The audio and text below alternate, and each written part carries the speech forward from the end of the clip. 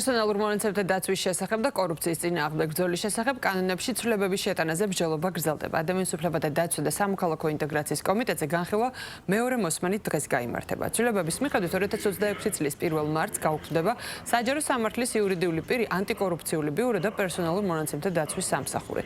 მათი ფუნქციები და უფლებამოსილები სახელმწიფო აუდიტის სამსახურს გადაეცემა.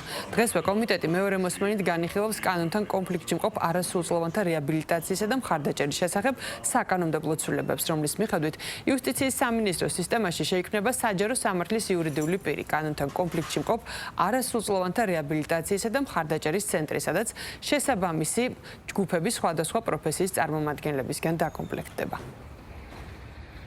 ჩვენ ველოდებით უკვე მეორედ განხილვას ამ პროექტისას და ვიცით, რომ ცვლილებები შევიდა, თუმცა მთავარი არის ის, რომ ბავშვების მიმართულებით არ შეიძლება ისეთი ცვლილებები შემოვიდეს საკანონმდებლო კუთხით, რომელიც მოუმატებს სტიგმას და შესაბამისად საკანონმდებლოდ იქნება მათი 4 კედელში გამოკეტვა.